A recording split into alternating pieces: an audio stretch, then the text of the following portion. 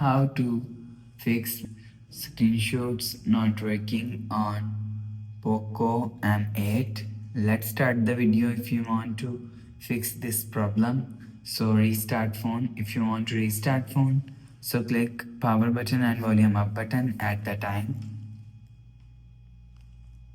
and restart phone. After restart phone, you will see your problem is solved. If it's still not solved, click on settings app. Now in setting, scroll down and click on additional settings. Scroll down and click on developer option. After click on developer option, scroll down and search media GRM from here.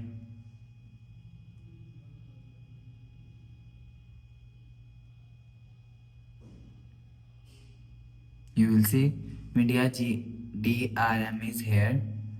If you want to fix this problem, so update your software. You will check your software update is latest. If it not latest, update your software latest.